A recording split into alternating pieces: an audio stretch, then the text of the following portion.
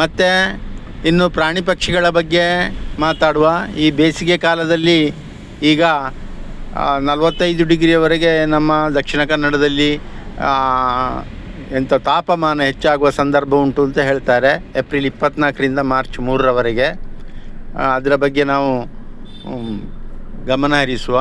ಮತ್ತು ಜಾನುವಾರುಗಳು ಇದ್ದಲ್ಲಿ, ಆಮೇಲೆ ಪ್ರಾಣಿ ಪಕ್ಷಿಗಳಿಗೆ ಆದಷ್ಟು ನಿಮ್ಮ ಮನೆ ಹತ್ತಿರ ಸ್ವಲ್ಪ ಯಾವುದಾದ್ರೂ ಪಾತ್ರೆಯಲ್ಲಿ ನೀರು ಹಾಕಿ ಇಟ್ಟಲ್ಲಿ ಅವುಗಳು ಕೂಡ ಸಂತೋಷ ಪಡ್ಬೋದು. ಅಥವಾ ನೀರಿಲ್ಲದೆ ಎಲ್ಲಿ ನೀರು ಸಿಗ್ತದೆ ಅಂತ ಹೇಳಲಿಕ್ಕೆ ಆಗೋದಿಲ್ಲ. ಯಾವುದು ನದಿ ಬದಿಗಳಿಗೆ ಎಲ್ಲ ಹೋಗ್ತವೆ. ಆದರೆ ಮನೆ ಹತ್ತಿರ ನೀರನ್ನು ಅಥವಾ ಅದಕ್ಕೆ ಸ್ವಲ್ಪ ಆಹಾರವನ್ನೆಲ್ಲ ಇಟ್ಟರೆ ಪ್ರಾಣಿ ಪಕ್ಷಿಗಳು, ಬೇರೆ ಬೇರೆ ಥರದ ಪಕ್ಷಿಗಳು ಬಂದು ನೀರು ಕುಡಿತವೆ. ಹಾಗೆಯೇ ಪ್ರಾಣಿ ಪ್ರಿಯರು ಕೂಡ ಆಗೋಣ. ಪ್ರಾಣಿಗಳಿಗೆ ಕೂಡ ನೀರುಗಳನ್ನು ಕೊಡೋದು ತುಂಬ ಒಳ್ಳೆಯದು. ಮತ್ತು ಆದಷ್ಟು ಮರಗಳನ್ನು, ಗಿಡಗಳನ್ನು ಮುರಿಯದೆ, ಕಡಿಯದೆ, ಪ್ರಾಣಿ ಸಸ್ಯಗಳನ್ನು ಕೂಡ ನೀರು ವೇಸ್ಟ್ ಆದ ಇನ್ನೊಂದು ವಿಚಾರ ಏನಂದರೆ, ನಾವು ನೀರನ್ನು ತುಂಬ ಅಲಕ್ಷ್ಯ ಮಾಡ್ತೇವೆ. ನೀರು ತುಂಬ ಅಮೂಲ್ಯವಾದ್ದು.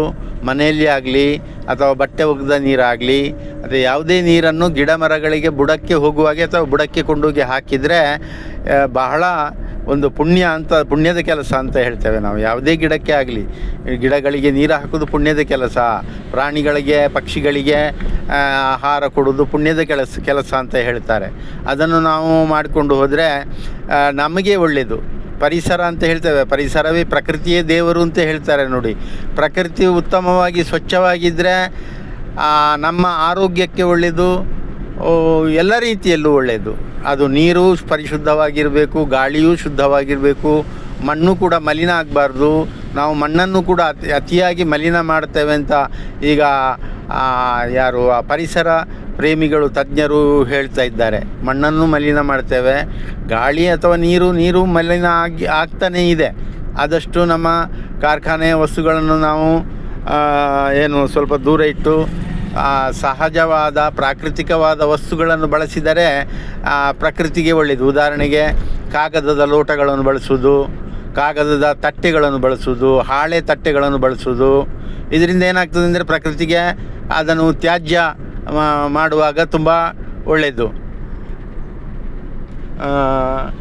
ಇನ್ನು ಅದೇ ಕಸದ ಬಗ್ಗೆ ಹೇಳಿದ್ದು.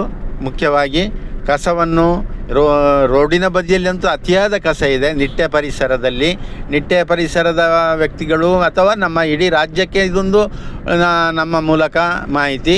ನಾನು ರಾಘವೇಂದ್ರ ಅಂತ ಹೇಳಿ ನಿಟ್ಟೆಯಲ್ಲಿ ಇದ್ದೇನೆ. ನಿಟ್ಟೆ ರೋಟರಿ ಕ್ಲಬ್ಬಿನ ಮೆಂಬರು ಆಗಿದ್ದೇನೆ. ಮತ್ತು ಇಲ್ಲಿ ಭ್ರಾಮರಿ ಭಜನಾ ಮಂಡಳಿ ಅಂತೇಳಿ ಅದರ ಮೆಂಬರ್ ಕೂಡ ಆಗಿದ್ದೇನೆ. ನನ್ನದೊಂದು ಕಳಕಳಿಯ ವಿನಂತಿ ನಿಮ್ಮಲ್ಲಿ, ಆದಷ್ಟು ಕಸಗಳನ್ನು, ಬಾಟಲ್ಗಳನ್ನು ರೋಡಿನ ಬದಿಯಲ್ಲಿ ಬಿಸಾಡದೆ ಅದನ್ನು ಒಟ್ಟು ಮಾಡಿ ಎಲ್ಲಿಯಾದರೂ ಸಂಗ್ರಹ ಮಾಡಿ ಅಂತ ಕೇಳ್ಕೊಳ್ತೇನೆ.